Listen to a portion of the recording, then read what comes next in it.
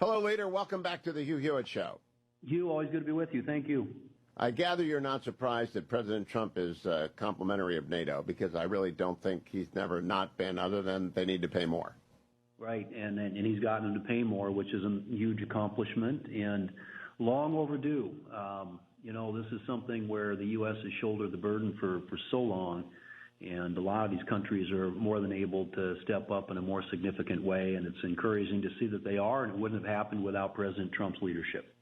So, Leader Thune, let's start with the American strikes on Iran on Friday and Saturday morning and their aftermath and the ceasefire. How do you assess President Trump's leadership here, and how do you assess the damage that we know has been done to Iran?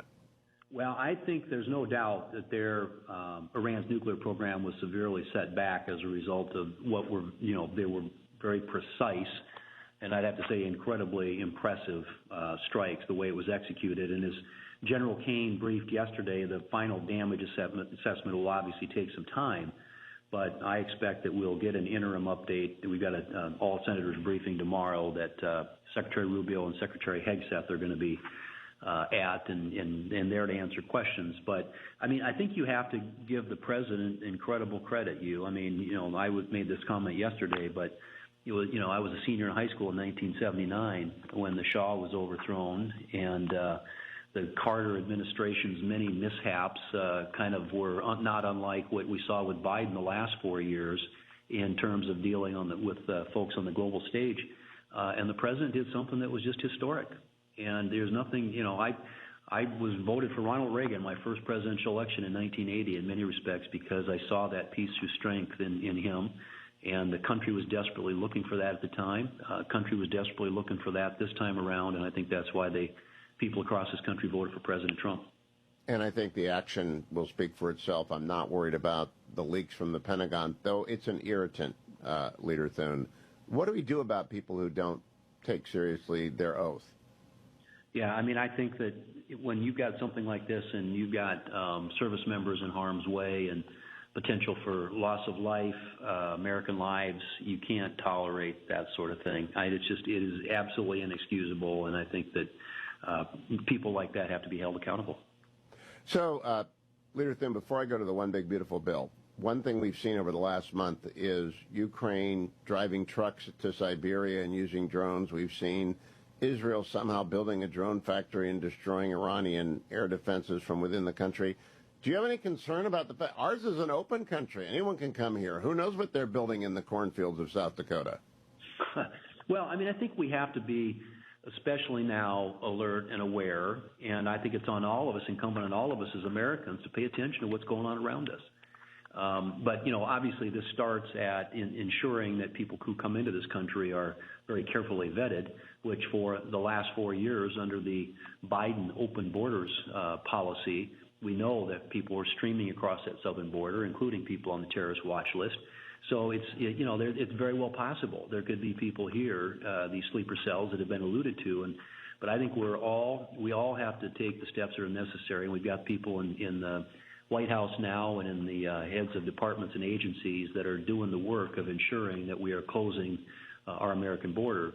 But that doesn't mean that there haven't been people that snuck in the last 4 years. And I think we all need to be aware of and diligent about watching for things that are out of the ordinary, reporting them. And I think they'll have ample support from this White House and, as I said, the various law enforcement agencies in rooting out anything that might present a threat to the American people. I hope you are right. Now, Senator, let's turn to the one big beautiful bill. Steph Knight, who is with Axios, got a great picture of you today, leaving the Republican Senate lunch and standing looking out a window. I'm showing it on the Salem News Channel, which you can't see right now. And you're talking animatedly with somebody. What's that all about? She said it was Speaker Johnson. Right, yeah, and we've been, I met with him yesterday, and we've talked several times today already, just checking in on various aspects of the Senate bill and, what the prospects are when it gets to the House. So it's, we want to make sure, Hugh, that we're all rowing in the same direction and that we produce a bill in the Senate that hopefully the House can take up and pass and put on the President's desk. So there's been a lot of coordination from the very beginning about this, and that, continues to this day, which is why we continue to stay in close contact. So let me ask you, the parliamentarian has begun to make rulings. Have any of them shocked you? No, I think for the most part, most of what we've seen has been I mean, there's always a few surprises. There was a couple of surprises actually that we got through. But I think for the most part, we kind of anticipated, because we've been through this enough, and we sort of pre-litigated a lot of this stuff, knowing full well what the thresholds are that we can push in terms of getting her sign off on some of our policy ideas. But as you know, this particular bill represents pretty much the totality of, not the totality of, but certainly a big part of President Trump's agenda. And we want to make sure that we deliver, at least on the domestic side of the agenda. And so we're trying to get as much across the finish line as possible. But there have been there are always setbacks. That happened with the Democrats when they tried to do the Inflation Reduction Act a couple of years ago.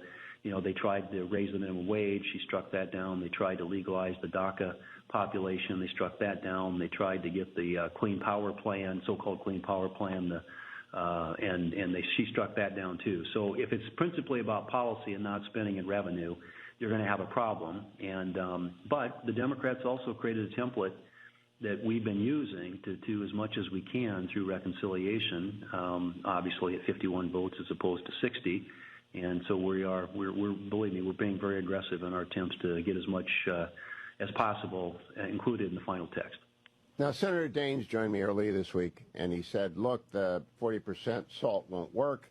Maybe we can get a lower SALT and a lower cap on whom is eligible for it. Does the Speaker think that will satisfy his SALT caucus? I think again, we've been trying to, as much as possible, test the limits, see what the traffic will bear with the SALT caucus. He's got to deliver the votes in the House, and we understand that, and I understand that's a much more difficult issue in the House. But the truth is, at least in the Senate, there isn't a single Senate Republican who cares much about this issue. And frankly, in my view at least, this was one of the better policy reforms in the 2017 Tax Cuts and Jobs Act, and that is for the first time, not having low tax states, subsidized tax states. So it was a good policy reform, and we want to keep as much of it as we can. We know in order to get the votes in the House, we're going to have to make a deal there. But it's something that is a political necessity, and that's what's requiring, I think, the Senate to give some ground there. But if it were just left to our own devices, we like the policy right where it is. What's your level of confidence of a successful vote by July 4, Leader Thune? I still think we get this done this weekend. The question is, again, assuming we succeed, and again, nothing's a given in this business, and everything is hard, especially toward the end. There's a ton of swirl, and like I said, the new stuff coming at us every day. But if we can get it across the floor in the Senate and back over to the House, I guess my hope would be that they could figure out a way to execute on passing it there and get it on the president's desk. And we're going to be voting here if we stay on schedule, Hugh, this weekend. I would guess a lot of the voting will happen on Saturday. But at least and we'll see. I mean, we're waiting for all the bird bath rulings, which are taking a lot longer because the Democrats are contesting and challenging pretty much everything. But if we can get this done, it'll be a huge win for the American people. I mean, this is the biggest spending reduction in history, tax relief for working Americans, commitment to energy dominance, modernizing our military, securing our border.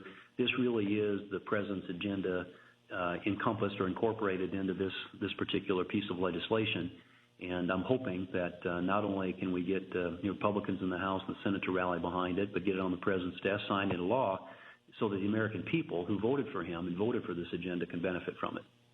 Last quick question, Senator Thune. Mr. Mamdani won in New York last night. Mamdani may not be known to most of this audience, but he's to the left of left. He makes AOC look like, Jim Lankford. What do you think that tells us about the Democratic Party? I think it's scary that this is where their party, the base of their party is right now. This is a guy who is called for the globalization of intifada. I mean, he wants to get rid of the New York police force. I mean, these things are so extreme and so radical. It really tells you where the base of their party is, and hopefully they're way out of touch with where the American people are. I think they are. Senator John Thune, good luck this weekend.